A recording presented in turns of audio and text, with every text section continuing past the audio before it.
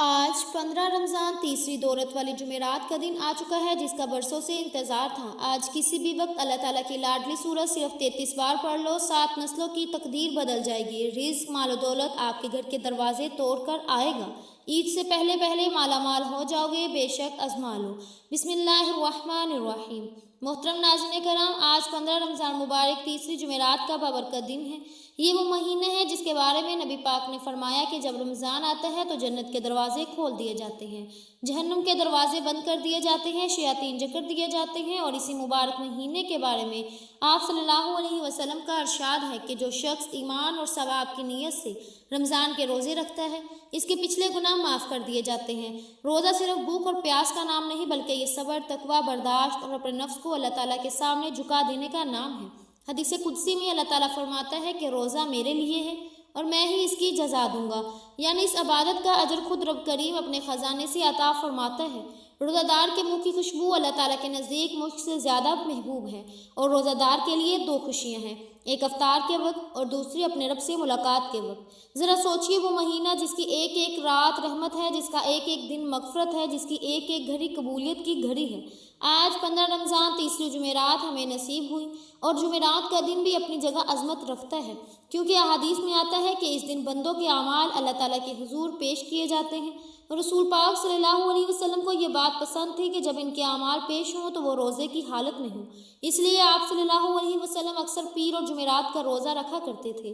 گویا جمعرات وہ دن ہے جب آسمانوں کی طرف ہمارے اعمال اٹھائے جاتے ہیں، جب رحمت کی نگاہ خاص طور پر متوجہ ہوتی ہے، جب بندہ اگر سچے دل سے توبہ کرے تو اس کی خطائیں معافی کے سمندر میں ڈوب سکتی ہیں۔ اور آج جب رمضان کی برکتیں بھی ساتھ ہوں اور جمعرات کی فضیلت بھی، تو یہ دن عام نہیں رہتا بلکہ نور پر نور بن جاتا ہے۔ یہ وہ گھڑیاں ہیں جن میں مانگی گئی دعا رد نہیں ہوتی، جن میں بہایا گیا آنسو ضائع نہیں ہوتا، جس میں اٹھا ہوا ہاتھ خالی نہیں لوٹتا۔ رمضان صبر کا مہینہ ہے اور صبر کا بدلہ جنت ہے۔ یہ ہمدردی کا مہینہ ہے جس میں مومن اپنے بھوکے پیاسے بھائی اور بہنوں کا درد محسوس کرتا ہے۔ یہ قرآن کا مہینہ ہے جس میں کلام الہی نازل ہوا، اور اسی مہینے میں ایک رات ایسی ہے جو 1000 مہینوں سے بہتر ہے۔ تو جس مہینے کی ایک رات 1000 مہینوں سے افضل ہو تو اس کے دنوں کی قدر کا اندازہ کون لگا سکتا ہے؟ آج 15 رمضان کو، اس بابرکت جمعرات کو، اگر آپ نے اپنے دل کو نرم کر لیا، اپنے گناہوں پر ندامت کے آنسو بہا لیے، اپنے رب کے سامنے جھک کر سچے دل سے معافی مانگ لی، اپنے رزق، اپنی صحت، اپنی اولاد، اپنے مستقبل اور اپنی آخرت کے لیے دعا کر لی، تو یقین جانیے یہ گھڑیاں آپ کی زندگی کا رخ بدل سکتی ہیں، کیونکہ رمضان میں دعا رد نہیں ہوتی، روزہ دار کی فریاد کو آسمانوں تک پہنچنے میں دیر نہیں لگتی، اور جمعرات کے دن اعمال کی پیشگوئی کے وقت اگر آپ کا نام مغفرت پانے والوں میں لکھ دیا گیا تو اس میں بڑی کامیابی اور کیا ہو سکتی ہے۔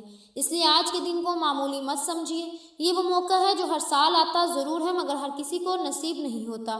کتنے لوگ تھے جو پچھلے رمضان میں ہمارے ساتھ ہیں مگر آج ہمارے میں نہیں ہیں۔ ہمیں یہ دن اس لیے ملا کہ ہم اپنے رب کی طرف پلٹ آئیں، اپنے دلوں کو کینہ، حسد اور نفرت سے پاک کریں، نمازوں کی پابندی کریں، قرآن کی تلاوت بڑھا دیں، درود شریف کثرت سے پڑھیں اور اپنے روزوں کی حفاظت کریں، آنکھوں، کانوں اور زبان کو گناہ سے بچا کر، کیونکہ اصل روزہ وہی ہے جو انسان کو بدل دے، جو اس کے اندر تقویٰ پیدا کر دے، اور جب بندہ بدل جاتا ہے تو اس کی تقدیر بھی بدل جاتی ہے۔ آج کی اس تیسری جمعرات میں اپنے رب سے مانگ لیجئے کہ وہ آپ کے حال پر رحم فرمائے، آپ کے رزق میں برکت دے، آپ کی بیماریوں کو شفا دے، آپ کی پریشانیوں کو آسانی میں بدل دے، اور آپ کو ان خوش نصیب لوگوں میں شامل کر دے جن کے لیے رمضان جہنم سے آزادی کا پروانہ بن جاتا ہے۔ کیونکہ رمضان کے ہر دن ہر رات میں اللہ تعالیٰ لوگوں کو جہنم سے آزاد فرماتا ہے، تو کیوں نہ آج 15 رمضان کی اس بابرکت جمعرات کو ہم اپنی زندگی کا موڑ بنا لیں، اپنے رب سے ایسا تعلق جوڑ لیں جو رمضان کے بعد بھی قائم رہے، اور یوں یہ دن ہمارے لیے صرف کیلنڈر کی ایک تاریخ نہ ہو بلکہ نجات، مغفرت اور کامیابی کا عنوان بن جائے۔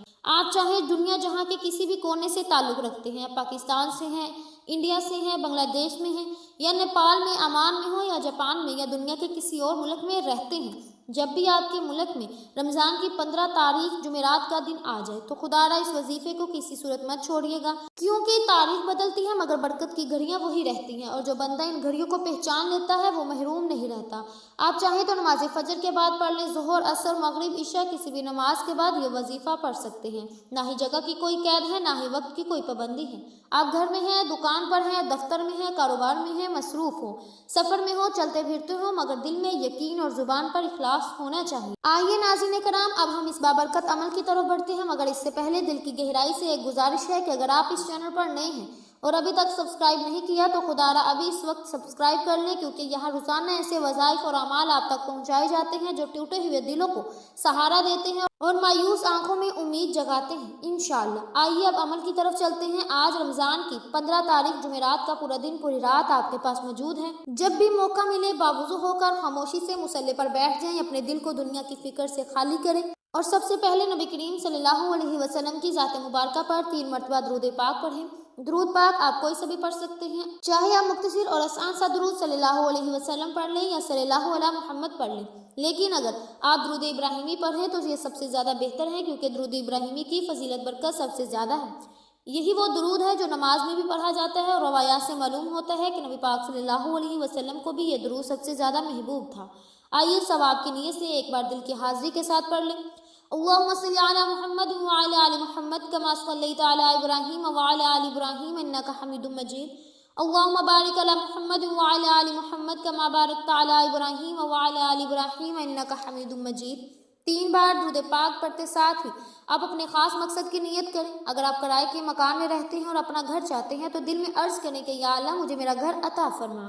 اگر کاروبار میں رکاوٹ ہے تو نیت کریں کہ یا رب میرا کاروبار چمکا دے۔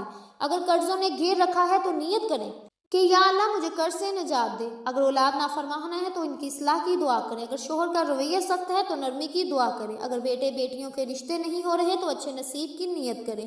اگر آپ کو لگتا ہے کہ آپ کی خواہش ناممکن ہے تو آج اس ناممکن کو اللہ تعالیٰ کے سپرد کر دے، کیونکہ اس کے لیے کچھ بھی ناممکن نہیں۔ نیت کے فوراً بعد ایک بار اعوذ باللہ من الشیطان الرجیم بسم اللہ الرحمن الرحیم پڑھ کر وظیفے کا آغاز کرنا ہے۔ یاد رکھیے تعوذ اور تسمیہ ہر شیطانی وسوسے کو دور کر دیتے ہیں، اور جس کام کی ابتدا اللہ تعالیٰ کے نام سے ہو وہ خیر برکت سے خالی نہیں رہتا۔ جب نیت مکمل ہو جائے اور زبان پر اللہ تعالیٰ کا نام آ جائے تو اب آنکھیں بند کر لیں، سانسوں کو پرسکون کریں، دل کو حاضر کریں اور پوری توجہ اور یقین کے ساتھ پہلے نمبر پر جو وظیفہ پڑھنا ہے وہ وظیفہ بہت سادہ اور آسان سا ہے۔ ایک معصوم سا بچہ بھی اسے محبت سے پڑھ سکتا ہے، بس شرط یہ ہے کہ دل سچا ہو اور یقین کامل ہو۔ آپ نے سب سے پہلے یا مسبب الاسباب پڑھنا ہے، جس کا مطلب ہے اے اسباب پیدا کرنے والی ذات، اے وہ رب جو ناممکن کو ممکن بنا دیتا ہے اور جو بندہ دروازوں کے لیے چابیاں پیدا کرتا ہے۔ اگر آپ کی کوئی حاجت عرصے سے اٹکی ہوئی ہے، خواہش پوری نہیں ہو رہی، کوئی مقصد بار بار ہاتھ آ کر چھن جاتا ہے، تو آج اپنے رب سے اسباب مانگ لیجئے۔ اگر کاروبار میں رکاوٹ ہے تو آسانی کے اسباب طلب کریں۔ اگر قرض نے کمر توڑ دی ہے تو ادائیگی کے راستے مانگیے، کیونکہ جب بندہ یا مسبب الاسباب کہتا ہے تو گویا وہ اقرار کرتا ہے کہ یا اللہ میرے پاس کچھ نہیں، سب تیرے پاس ہے۔ آپ نے اسے بڑے سکون سے پڑھنا ہے، اور کیسے پڑھنا ہے، کتنے بار پڑھنا ہے، توجہ کیجیے گا۔ یا مسبب الاسباب 1 بار ہو گیا، یا مسبب الاسباب 2 بار ہو گیا، یا مسبب الاسباب 3 بار ہو گیا۔ اس طرح سے آپ ہاتھوں کی انگلیوں پر پڑھ لیں یا تسبیح کے دانوں پر پڑھ لیں، آپ نے صرف 21 بار پڑھنا ہے، مگر ہر بار دل حاضر ہو، آنکھوں میں امید ہو اور زبان پر یقین ہو، اور پھر دیکھیے کیسے اللہ پاک آپ کے لیے ایسے اسباب پیدا فرماتا ہے جن کا آپ نے تصور بھی نہیں کیا ہوتا۔ کیسے بند کاروبار چل پڑتا ہے، کیسے رکی ہوئی رقم واپس آتی ہے، کیسے گھر کی فضا بدلتی ہے، کیسے غربت کا اندھیرا چھٹنے لگتا ہے۔ یاد رکھیں جب اللہ تعالیٰ راضی ہو جاتا ہے تو وہ اپنے بندے کو ایسے نوازتا ہے کہ دنیا حیران رہ جاتی ہے۔ اب آپ نے 21 بار یا مسبب الاسباب پڑھ کر اپنے رب کو پکار لے۔ شاید یہی وہ لمحہ ہے جب آسمان سے آپ کے نام آسانی کا فیصلہ لکھ دیا جائے، رزق، برکت اور خوشحالی آپ کے دروازے پر دستک دینے لگے۔ آپ نے پہلے نمبر پر یا مسبب الاسباب 21 بار پڑھنے کے بعد دوسرے نمبر پر جو آپ نے وظیفہ پڑھنا ہے، جو رب کریم کے 2 جلالی اور کرم کرنے والے صفاتی ناموں پر مشتمل ہے، یہ وہ اسم اعظم ہے جس کے اثر سے بندے کے ہر عمل میں برکت آتی ہے، ہر بات اللہ کے حضور قبول ہوتی ہے، اور جس کی تقدیر میں بے شمار رزق لکھ دیا جاتا ہے۔ یہ اسم اعظم یا حیو یا قیوم ہے۔ اگر آپ چاہتے ہیں کہ آپ کا کاروبار چل پڑے، گھر میں برکتیں اترے، قرض ادا ہوں، اولاد کی بھلائی ہو یا کوئی بھی بڑی حاجت پوری ہو، تو آج اس سے بڑھ کر کیا مانگنا چاہتے ہو؟ یاد رکھیں یہ قبولیت کی گھڑیاں ہیں، خدا را ضائع نہ کرے۔ اگر آج کوئی رب کریم سے 1 لاکھ مانگے گا تو اللہ تعالیٰ اسے 70 لاکھ سے نوازے گا۔